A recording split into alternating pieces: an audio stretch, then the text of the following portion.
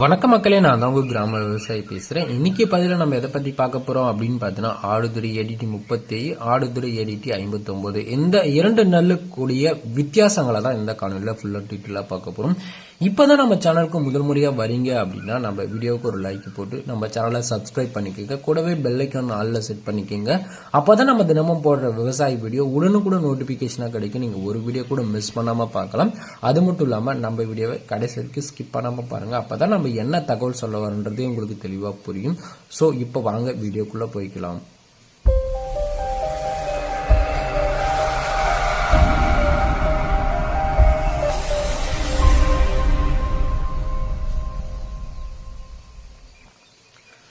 இப்ப நம்ம பார்க்கக்கூடிய நெல் ரகம் அப்படின்னு பாத்தீங்கன்னா ஏடிடி 37, ஏடிடி 59 சொல்லக்கூடிய இந்த இரண்டு நெல் ரகங்களுக்குரிய வித்தியாசங்களை தான் இந்த காணொலியில ஃபுல்லா டீட்டெயிலா பார்க்க போறோம். முதலாவதா பாத்தீங்கன்னா ஏடிடி 37 சொல்லக்கூடிய இந்த நெல் ரகத்தை பார்த்தலாம்.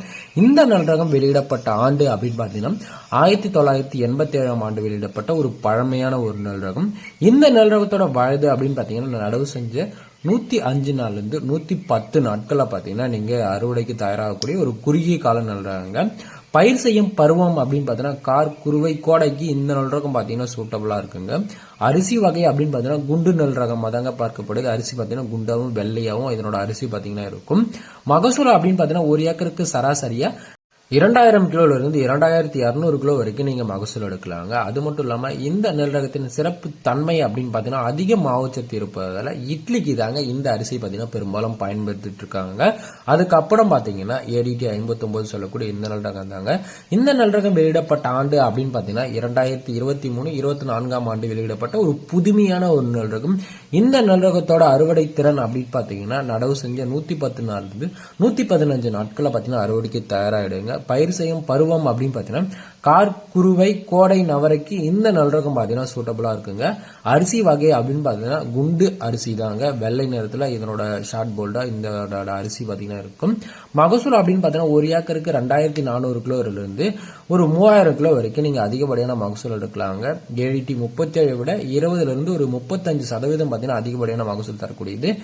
சிறப்பு தன்மை அப்படின்னு பாத்தீங்கன்னா ஏஎஸ்டி 16க்கு சிறந்த மற்றொரு பூச்சி நோய் எதிர்ப்பு சக்தி உடைய ஒரு நெல் ரகம் அப்படின்னு பாத்தீங்கன்னா ஏடிடி 59 சொல்லக்கூடிய இந்த நெல் ரகம் தாங்க. அது மட்டும் இல்லாம இந்த நெல் ரகத்தின் சிறப்பு பண்பு அப்படின்னு பாத்தீங்கன்னா உப்பு தண்ணீருக்கும் இந்த நெல் ரகம் பாத்தீங்கன்னா நல்ல ஒரு மகசூலை கொடுக்கும். அதனால பாத்தீங்கன்னா நிறைய விவசாயிகள் பாத்தீங்கன்னா டெல்டா மாவட்டங்கள்ல இந்த நெல் ரகத்தை தேர்வு செஞ்சு பயிர் பண்ணிக்கிட்டு இருக்காங்க. அந்த அளவுக்கு பாத்தீங்கன்னா ஒரு சிறப்பான ஒரு நெல் ரகம்.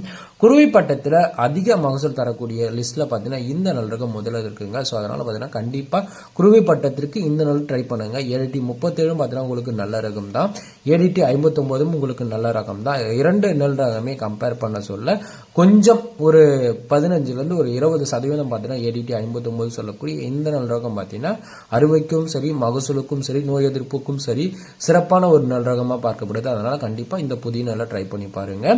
ஏடிடி 37 விசஸ் ஏடிடி 59 சிறந்த நெல் ரகம் எது அப்படின்னு பாத்தீங்கன்னா மகசூல் அப்படின்னு பாத்தீங்கன்னா ஏடிடி 37 அப்படின்னு பாத்தீங்கன்னா குறைவு.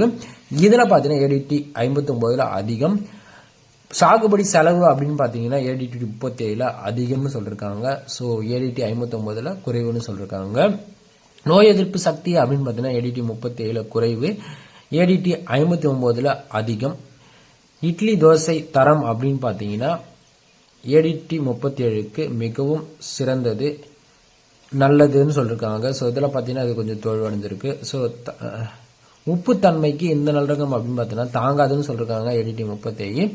ஏடிடி 59 பார்த்தீங்கன்னா தாங்கம்னு சொல்லிருக்காங்க. ஸோ இதனோட சிறப்பு அம்சங்கள் அப்படின்னு பார்த்தோம்னா இதுதான். ஸோ கண்டிப்பாக நீங்கள் எல்லா மண்களுக்கும் இந்த குறுவைக்கு சூட்டபிள் ஆகணும் அப்படின்னு பார்த்தீங்கன்னா கண்டிப்பா ஏடிடி 59 பார்த்தீங்கன்னா உங்களுக்கு ஒரு சிறந்த தேர்வா இருக்கும்.